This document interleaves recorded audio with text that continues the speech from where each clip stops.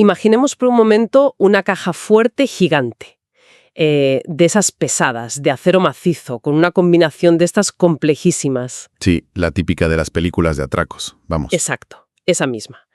Pues la puerta se abre muy lentamente y, sorprendentemente, miramos dentro. Y no hay absolutamente nada. Nada de nada. Nada. Ni lingotes de oro, ni fajos de billetes, vamos, ni un solo documento físico. Está completamente vacía. Es una imagen muy potente, la verdad. Y la locura de todo esto es que el contenido, por así decirlo, de esa caja fuerte vacía, ha creado fortunas multimillonarias de la noche a la mañana.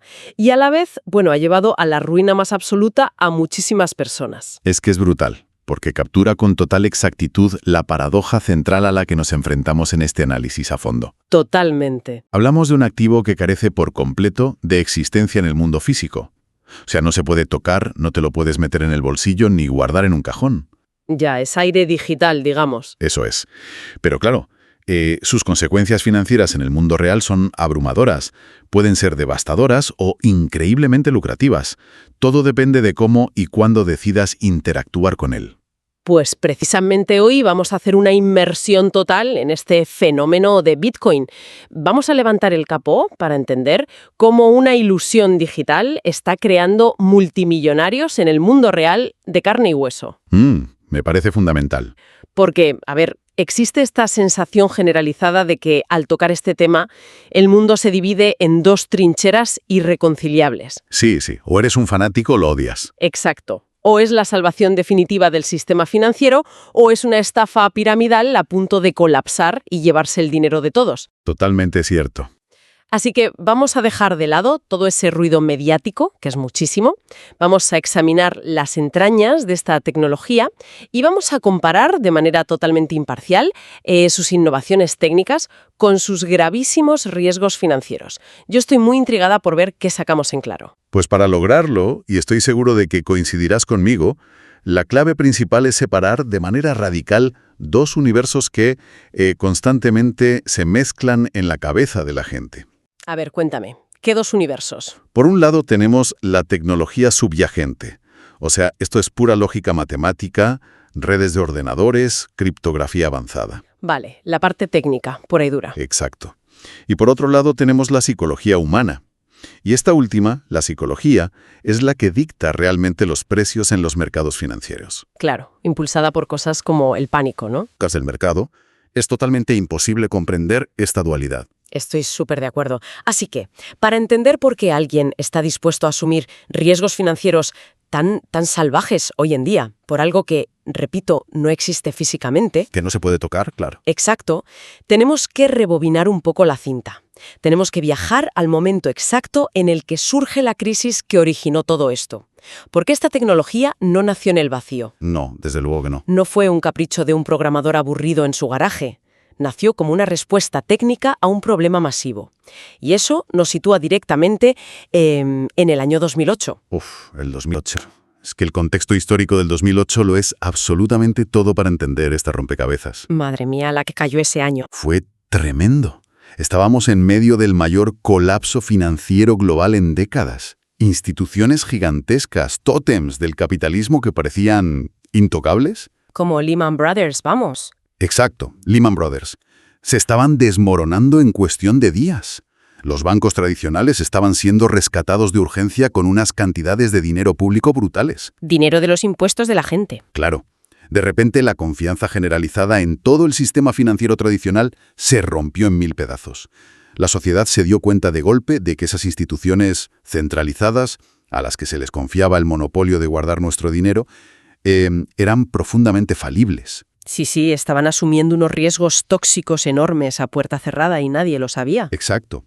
Y justo en ese momento de pánico absoluto, donde el desempleo se disparaba y los ahorros, desaparecían de las cuentas. Ahí aparece de la nada un documento en un foro de Internet. Un texto académico, un manifiesto técnico publicado por alguien o quizá un grupo de personas, bajo el seudónimo de Satoshi Nakamoto. Que es un nombre que, fíjate, hasta el día de hoy sigue siendo uno de los mayores misterios de la era moderna. Totalmente. Nadie sabe quién escribió ese código, ni si es un hombre, una mujer, una agencia de inteligencia. Es fascinante. Pero lo verdaderamente revolucionario de ese documento no es el misterio de quién lo firmó, sino la propuesta en sí misma. Claro. Nakamoto no proponía salir a protestar a las calles con pancartas ni exigía una reforma política a los políticos de turno. Su respuesta fue puramente tecnológica. A ver, explícanos qué proponía exactamente. Proponía crear un sistema de dinero digital peer-to-peer, es decir, una red que conecta de persona a persona directamente, sin pasar por el centro. ¿Vale? Era un sistema diseñado mediante fórmulas matemáticas para funcionar sin requerir la intervención de ningún gobierno. Y, atención, esto es lo más rompedor de todo, sin necesidad de que un banco actúe como intermediario para validar que una transferencia es real. Vamos a detenernos en esa ventaja tecnológica porque me parece el núcleo del asunto.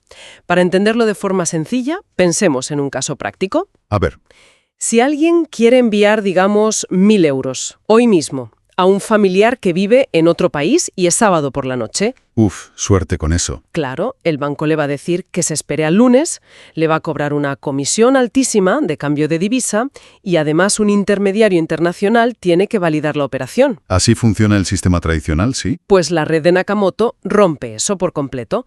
Permite mover valor a cualquier lugar del planeta un domingo a las 3 de la madrugada sin pedir permiso a nadie. Es que no hay fronteras ni hay horarios. Pero Nakamoto no se quedó ahí, ¿verdad? Añadió una regla técnica, un límite que está programado a fuego en el código. Sí, la famosa regla de los 21 millones. Estableció que solo van a existir 21 millones de unidades en toda la historia. Nunca se podrá emitir una unidad más. Ni media. Ni media. Esa decisión de diseño es brillante, ¿eh? Y es una crítica muy directa a lo que estaban haciendo precisamente los bancos centrales en ese preciso instante, en 2008. Claro, encendiendo la impresora de billetes. Exacto. Para salvar la economía, los gobiernos empezaron a imprimir billones de dólares y euros de la nada, lo que en economía, los expertos llaman expansión cuantitativa. Un nombre muy elegante para decir crear dinero mágico, ¿no? Sí, básicamente. Pero históricamente, imprimir dinero sin respaldo diluye el valor de la moneda, hace que los ahorros de la gente pierdan poder adquisitivo por culpa de la inflación. Ya. Al fijar el límite en esos 21 millones, Nakamoto estaba creando una garantía matemática contra la inflación arbitraria. Era una promesa de que nadie, ningún político ni banquero, podría diluir el valor de los ahorros creando más oferta por decreto. Bueno, aquí es donde quiero poner algo sobre la mesa, porque la verdad es que suena demasiado idílico. A ver, dispara. Pensemos en ese límite de 21 millones.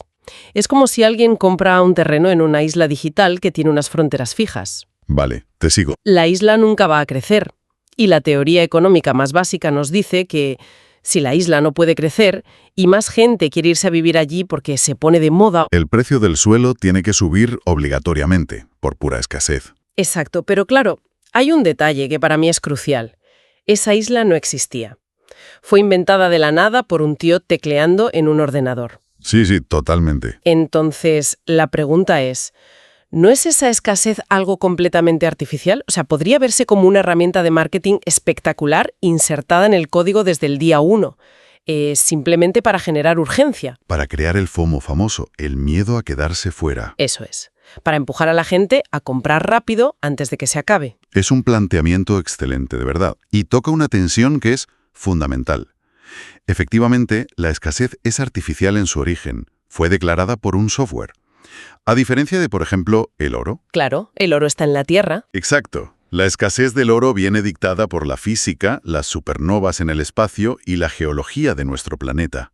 No se puede inventar más oro tecleando. Ya. Sin embargo, para entender por qué esa escasez artificial del código digital tiene un peso real en la economía de hoy, hay que entender el mecanismo que la protege. ¿Y cuál es ese mecanismo? La descentralización. Y aquí es donde entra de lleno la teoría de juegos. Vale, frena un momento. Expliquemos esto de la teoría de juegos, porque suena a concepto de manual de economía infumable. ¿Cómo funciona esto en la práctica? A ver, intentaré hacerlo visual. Imaginemos a miles y miles de auditores independientes que están repartidos por todo el mundo. Y cada uno de ellos tiene una copia exacta del libro de contabilidad de esta red. Vale, auditores por todo el mundo. Esos auditores son los ordenadores que mantienen la red encendida. Si el creador de una moneda digital normal, digamos de un videojuego, dijera «solo habrá 100 monedas», nadie debería creerle. Claro, porque el creador controla el servidor central. Exacto. Mañana podría teclear «ahora hay 1.000.000», quedarse tan ancho y arruinar a los demás.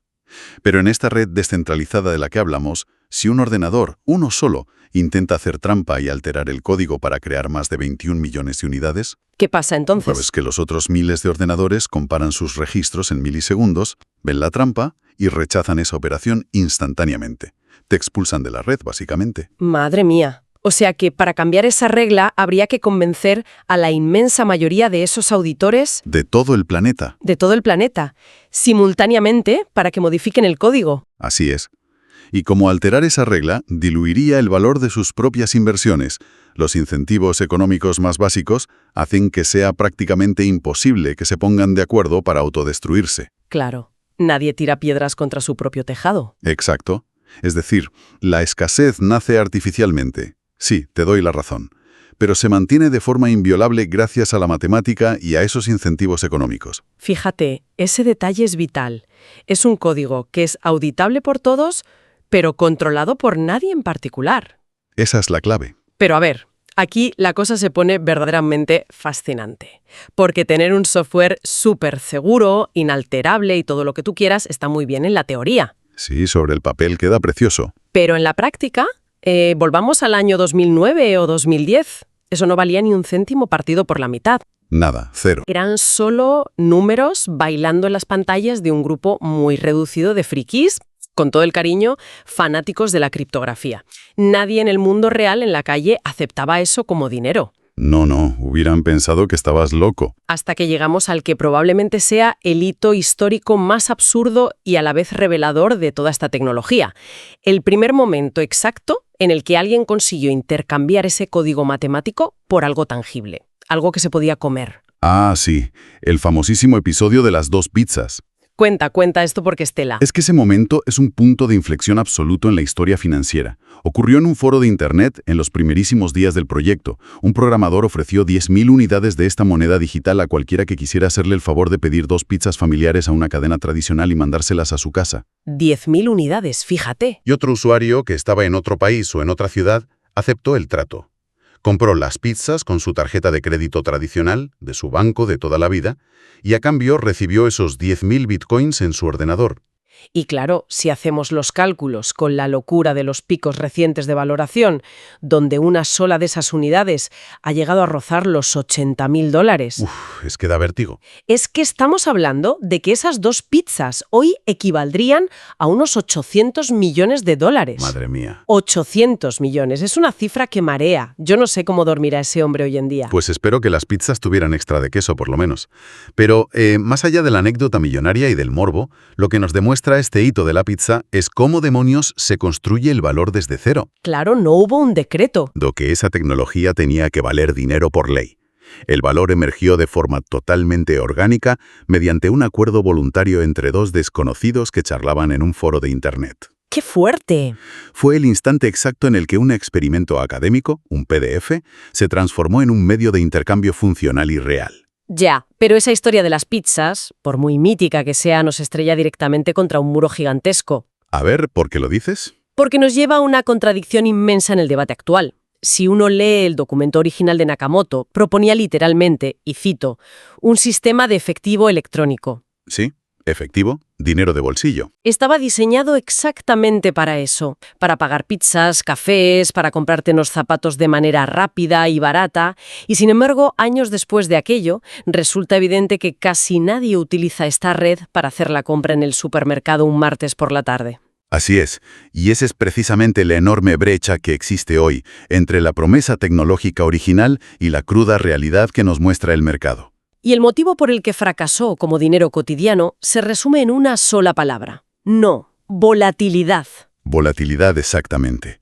Una moneda, para que sirva en el día a día en el mundo real, necesita ser predecible. Pensemos en lo que es el dinero fiduciario. El euro o el dólar. Eso es, el dinero tradicional que usamos porque la ley lo establece y los gobiernos están detrás respaldándolo. Ese dinero mantiene un valor relativamente estable a corto plazo. Tú sabes que un café te va a costar más o menos lo mismo hoy que el mes que viene. Claro, céntimo arriba, céntimo abajo. Pero con este activo digital, a medida que más gente empezó a especular con su límite sagrado de 21 millones, el precio empezó a dar unos bandazos que son impresionantes. Montaña rusa total. Sí. Puede subir un 20% una semana y de repente desplomarse un 30% a la semana siguiente sin previo aviso. Claro, y desde la perspectiva de un comerciante de a pie, eso es un infierno. No se puede fijar el precio de una barra de pan en una moneda que fluctúa de manera tan agresiva. Imposible. Si el panadero cobra hoy en esa moneda digital y mañana el precio se hunde, el panadero no puede pagar la harina a sus proveedores a fin de mes. Esa es la cruda realidad comercial. Por eso los críticos atacan este punto con tantísima dureza. Y la frase que resume perfectamente este fracaso funcional, que la repiten mucho, es: no se compra el pan con Bitcoin. Y tienen razón. Es inútil como moneda de curso legal para el día a día si carece de esa estabilidad básica. Los críticos aciertan de pleno en ese punto pragmático. Y el sistema además demostró que si millones de personas intentaban pagar un café al mismo tiempo, la red se colapsaba. Se volvía súper lenta y las comisiones por cada transferencia se disparaban a niveles absurdos. Lo cual es inaceptable si te estás comprando algo de 2 euros. Claro, ante este fracaso tan evidente como dinero suelto o efectivo, los defensores de la tecnología, fíjate, no se rindieron. Lo que hicieron fue pivotar su discurso. Cambiaron la historia. Hubo un cambio narrativo brutal. Dejaron de llamarlo efectivo electrónico, que era el título original, y empezaron a bautizarlo como el oro digital. Oro digital. Sí. Su defensa ante ese argumento de la barra de pan es decir, bueno, a ver, es que tú tampoco vas a la panadería a pagarle al panadero con un anillo de oro de 14 quilates o con un lingote macizo. Ya, la típica excusa. Empezaron a posicionarlo ya no como algo para gastar todos los días, sino como algo para guardar bajo llave, como una reserva de valor a largo plazo. Pues me alegra muchísimo que lleguemos a este punto en concreto, porque tengo que cuestionar fuertemente esa etiqueta de oro digital. Adelante, es un debate buenísimo. A mí me parece un lavado de cara espectacular. A ver, el oro físico tiene a sus espaldas miles y miles de años de consenso humano ininterrumpido.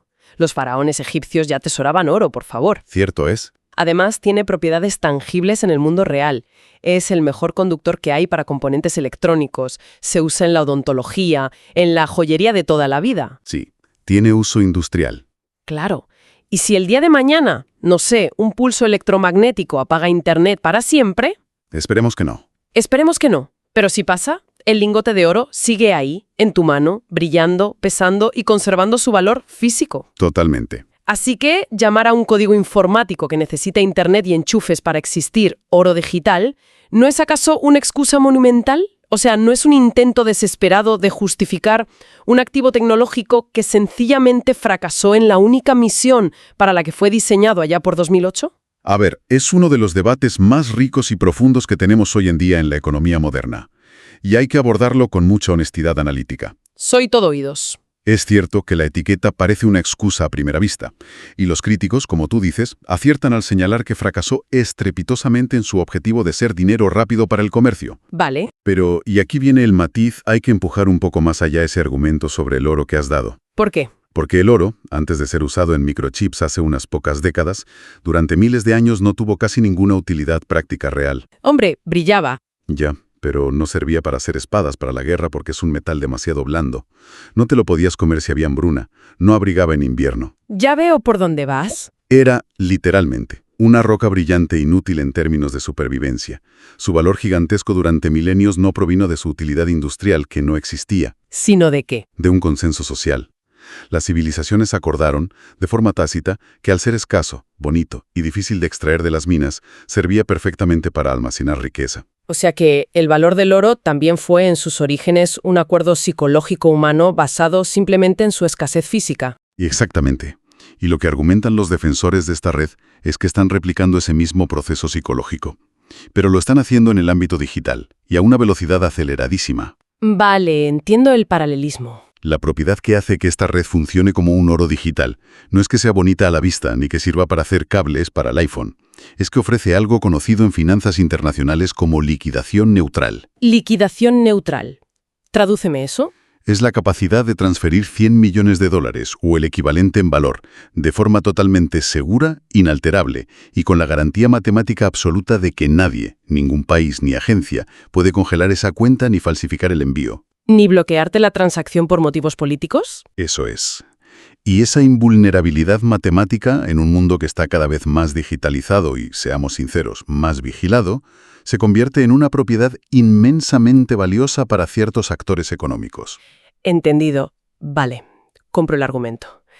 Pero este cambio de identidad, pasar de ser dinero barato para pagar pizzas a convertirse en oro digital para guardar en cámaras acorazadas virtuales, Sí, es exactamente lo que nos abre la puerta a la parte más oscura de todo este fenómeno. al riesgo puro y duro. Claro, porque si la gente de a pie no lo está usando para pagar las facturas de la luz o la cesta de la compra, entonces está clarísimo que lo que está empujando el precio a esas cifras locas de $80.000 es pura y dura psicología. Especulación.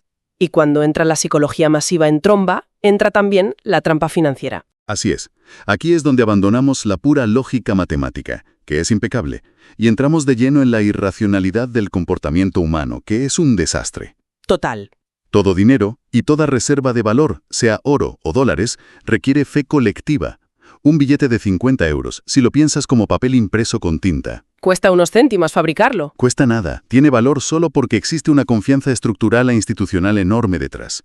Todos confiamos en la solidez del Banco Central Europeo y sabemos que millones de ciudadanos van a necesitar sí o sí esos euros para pagar sus impuestos, porque si no, van a la cárcel. Claro, hay una amenaza legal y un Estado detrás. Pero con esta red criptográfica de la que hablamos hoy, ¿no hay un banco central? No hay nadie al mando. No hay un gobierno recaudando impuestos en esa moneda, ni hay un ejército con tanques respaldando su valor. Entonces, ¿de dónde demonios sale ese valor astronómico? Pues sale exclusivamente de la creencia colectiva, de la fe ciega en que la red seguirá encendida y funcionando mañana. Y, seamos muy sinceros, de la expectativa pura y dura de que gracias a esa escasez programada de 21 millones de unidades, en el futuro siempre habrá alguien dispuesto a pagar todavía más dinero por ellas. Es la esperanza de encontrar siempre a un comprador más optimista o más incauto que tú. Tal cual. Y esa expectativa desmedida, casi febril, es el combustible de lo que los economistas denominan el ciclo especulativo. Que aquí es brutal. Histórico. Hemos asistido a una revalorización que no tiene precedentes, de valer centavos a superar los 70 u 80 mil dólares. Pero ojo, el camino hacia esas cumbres está literalmente sembrado de cadáveres financieros. De gente que lo ha perdido todo. Este activo ha sufrido colapsos espeluznantes, perdiendo el 70 o el 80% de todo su valor en apenas unos meses. Y hay un mecanismo técnico muy particular de esta tecnología que acelera esta locura y que es muy distinto al de la bolsa de valores tradicional. A ver, ¿a qué mecanismo te refieres exactamente? A la transparencia radical de la propia tecnología. ¿La transparencia es mala en este caso? A veces sí. Fíjate, en Wall Street el mercado de acciones cierra a una hora concreta. Suena la campana y todos a casa. Y además, las operaciones de los grandes fondos de inversión son en gran medida opacas. Si un fondo gigante vende acciones, el público normal tarda un tiempo en enterarse. Vale. Pero esta red digital opera las 24 horas del día, los 7 días de la semana, en todo el planeta. Y lo más impactante, el libro de contabilidad es 100% público. Ah, claro, todo el mundo ve todo. Todo. Cualquiera en su casa puede ver si una cuenta gigante, lo que en el argot de este mundillo llaman una ballena. Una ballena, fíjate. Sí, si una ballena mueve de repente cientos de millones de dólares hacia un mercado de venta. Esa transparencia total, combinada con algoritmos de comercio que operan solos y los rumores en redes sociales, genera un efecto rebaño instantáneo. Una estampida. Una estampida global. Si la gente ve en pantalla que se mueve mucho dinero, el pánico o la euforia se contagian en minutos a nivel mundial, y no hay ningún mecanismo legal que detenga las cotizaciones para calmar los ánimos, como si pasa en la bolsa tradicional. O sea, pensemos en ello como una partida gigantesca del juego de las sillas musicales, pero a nivel global, y donde el premio, o el terrible castigo, son los ahorros de toda tu vida. Una metáfora perfecta. Es que el precio empieza a subir empujado por esa escasez programada y por los titulares eufóricos en la prensa. La música empieza a sonar a todo volumen. Se genera ese miedo terrible entre la gente a quedarse fuera. A perder el tren de hacerse rico rápido. Eso es. Empiezan a entrar participantes, comprando a precios cada vez más y más altos. Sigue sonando la música, la euforia es total en las redes. Pero el valor real que sostiene ese precio en la cima es súper frágil. Está basado única y exclusivamente en que no dejen de entrar nuevos compradores con dinero fresco. Exacto. Y de repente, ya sea por una venta masiva visible en ese registro público del que hablabas o por una mala noticia macroeconómica de un gobierno, el pánico se desata. La música para. La música se detiene en seco. Las cotizaciones se hunden por un precipicio. Y los últimos que llegaron a la fiesta, los que compraron justo en la cresta de la ola esperando que aquello subiera hasta el infinito, se quedan sin silla. Se quedan atrapados. Y lo que ocurre entonces es una auténtica tragedia. Carteras destrozadas y ahorros de familias enteras volatilizados en una tarde. Es que esa dinámica que has descrito describe a la perfección la trampa mortal que supone para los ahorros del pequeño inversor que no sabe dónde se mete, y revela una paradoja que yo diría que es casi trágica sobre el ser humano. ¿En qué sentido? Analicémoslo con perspectiva. En 2008, este sistema tecnológico nació con la intención supernoble de proteger a la gente común de la opacidad, de la avaricia corporativa y de los excesos del sistema bancario tradicional. El sistema que había quebrado el mundo, vaya. Exactamente. Se diseñó matemáticamente para ser un refugio seguro, predecible gracias a su código y totalmente transparente. Sí. Pero, amigo mío, al caer en manos humanas, la falta de educación financiera generalizada y la pura avaricia lo han transformado en una herramienta de riesgo extremo. Intentando huir del casino de Wall Street, la humanidad ha terminado construyendo un casino digital global, hiperactivo y abierto sin descanso. Es que es una asimetría de información que resulta letal. El inversor común entra atraído por el ruido mediático, Por lo que ve en Internet o le cuenta a su cuñado. claro, sin comprender realmente qué es la criptografía, sin saber cómo custodiar sus contraseñas de forma segura y, por supuesto, sin entender los brutales ciclos históricos de este mercado. Y pasa lo que pasa. Ven que cae el precio de golpe, entran en pánico absoluto y venden con unas pérdidas que ya son irreparables. Exacto.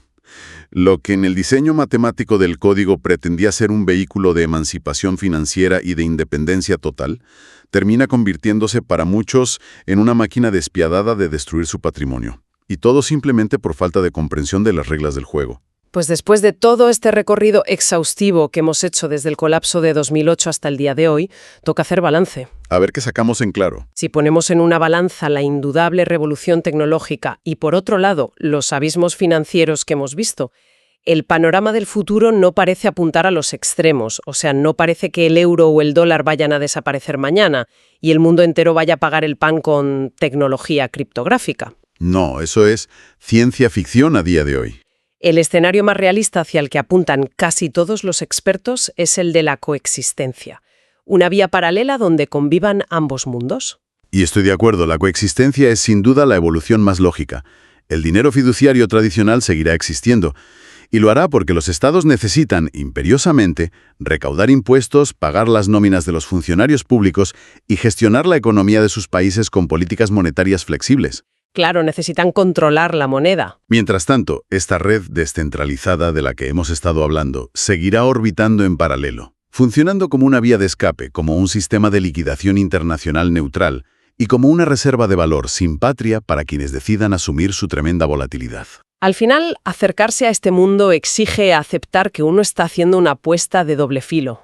Totalmente. Por un lado, es una apuesta intelectual y técnica súper interesante por una red global que permite gestionar valor sin depender de la benevolencia de ningún banco central o gobierno, lo cual, objetivamente, es revolucionario. Lo es, sin duda. Pero, de forma simultánea e inseparable, es una apuesta financiera de altísimo riesgo por algo inmensamente volátil.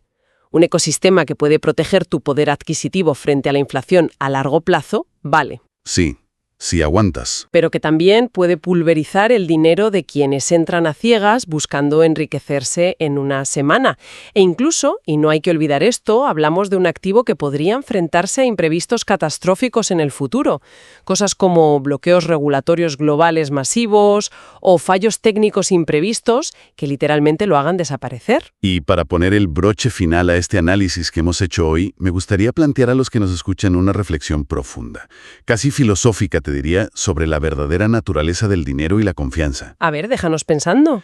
A lo largo de toda esta inmersión, ha quedado clarísimo que el sistema tradicional basa absolutamente toda su estabilidad en la confianza que depositamos en gobiernos e instituciones. Es decir, en seres humanos. Seres humanos que, como vimos todos en la caída monumental de 2008, tienen intereses propios, sufren presiones políticas y pueden cometer errores sistémicos enormes. Ya te digo. En el otro extremo del ring tenemos esta red digital, que basa su infalibilidad en un código matemático que es incorruptible, pero, y aquí está el truco, que está operado y sostenido por una red mundial de personas impulsada casi en su totalidad por el interés individual y la especulación financiera más salvaje. Madre mía. Así que la pregunta que dejo en el aire para que cada uno la mastique en casa es la siguiente. Si mañana el mundo entero se enfrenta a una crisis sistémica total, una de esas crisis históricas de verdad que lo paralizan absolutamente todo, ¿cuál de esos dos cimientos de confianza resultaría ser, a la hora de la verdad, el más frágil? Uf, es una reflexión que da verdadero vértigo. Da que pensar, desde luego. Invita a pensar largo y tendido.